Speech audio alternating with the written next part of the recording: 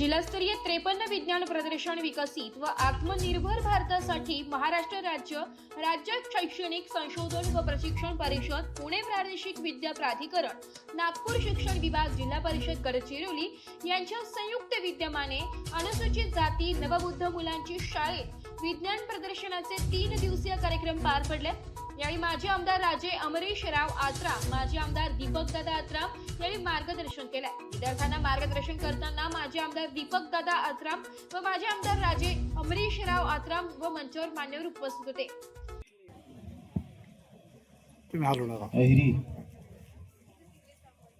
वांगेपल्लीमध्ये महाराष्ट्र राज्य शैक्षणिक संशोधन व प्रशिक्षण परिषद पुणे आणि प्रादेशिक विद्या प्राधिकरण नागपूर व शिक्षण विभाग जिल्हा परिषद गडचिरोली यांच्या संयुक्त विद्यमानाने 53 जिल्हास्तरीय विज्ञान प्रदर्शनच्या कार्यक्रमात या मंचावर उपस्थित आपले क्षेत्राचे माजी आमदार सन्मान्य दीपकदादा आत्राम, तसेही आपले जिल्ह्याचे सन्मान्य शिक्षण अधिकारी साहेब वासुदेव भोसेजी, तसेच नितीन बच्छावजी, सन्मान्य विवेक नाकाडेजी, सन्मान्य वैभव बोरकरजी, सन्मान्य गणेश चालाकजी, परसा मॅडम जी, सन्मान्य इंचवार सर, सन्मान्य बुरडकर सर आणि तसेच या मंचावर उपस्थित सर्व सन्मान्य मान्यवर आणि माझ्या समोर आपण बसलेले जिल्हा परिषदचे आणि शिक्षण विभाग जिल्हा परिषद गडचिरोलीचे सर्व सन्मान्य अधिकारी वर्ग आणि पूर्ण जिल्ह्यातून आलेले सर्व शाळांचे आपले आदरणीय शिक्षक वर्ग आणि ज्यांच्या विना हे कार्यक्रम अधुरा आहे तसे माझे बाल मित्र, आज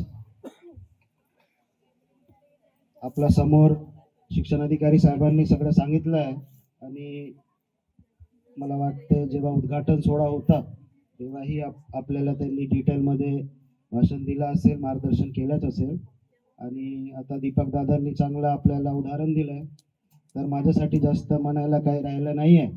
तरी पण आज मला शिक्षण अधिकारी साहेबांनी सांगितलं की सगळ्यांचं जेवण झालं आहे, थोडं सुस्ती दिसत आहे मुलांमध्ये, तर मी जास्त वेळ नाही घेणार आणि आपल्याला ही पुरस्कार घेऊन आपल्या घरी लवकर जायचं आहे।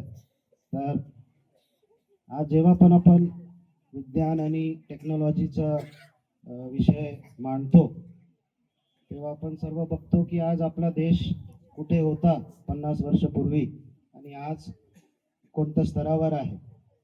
आज आपण 50 वर्षापूर्वी कोणत्या, आज खोंडे मॅडमनी जसं सांगितलं की आपण आता 38व्या नंबरवर असेल, पण याच्यापूर्वी आपण बहुतेक 100व्या नंबरवर होतो, आता 38 आलो, आता आपल्याला 1 नंबरवर यायचं। तर ह्याचा फाउंडेशन काय आहे? आज जे आपण पोहोचलो, आज जे आपण टेक्नॉलॉजी वापर करतो, जे विज्ञानाचा आपण आपल्या रोजमर्राच्या जिंदगीमध्ये फोन असो, मोबाईल असो, कम्प्युटर असो, फ्रीज असो, आज आपण EV जे इलेक्ट्रॉनिक गाडी आहे ते बघतो, आज आपण AIच्या जमान्यामध्ये आहोत।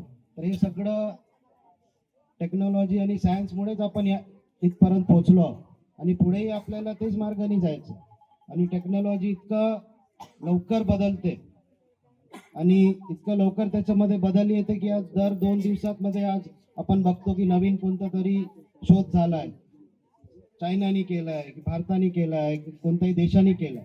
तर आपण पण हे वेगाने पुढे गेलं पाहिजे, आपण मागे राहिलं तर काय नाही होणार।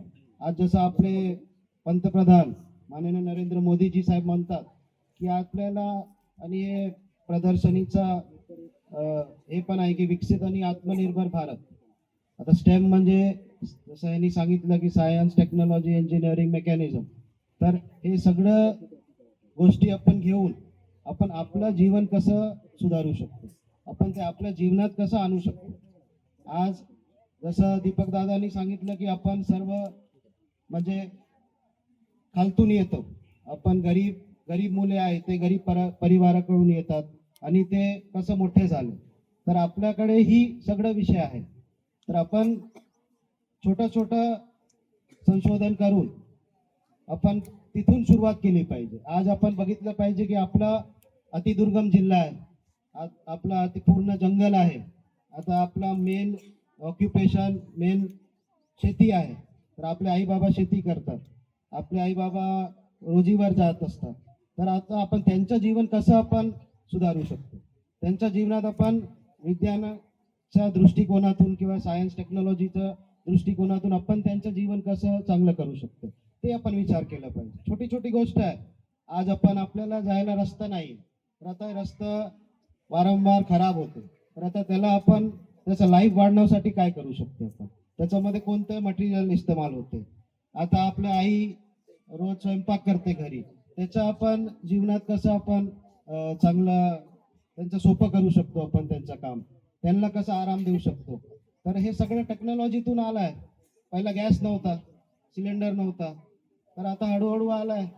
आणि त्याच आता पहिला गाडीमध्ये आपण पेट्रोल आणि डिझेल लागत होता, आता नाही आहे.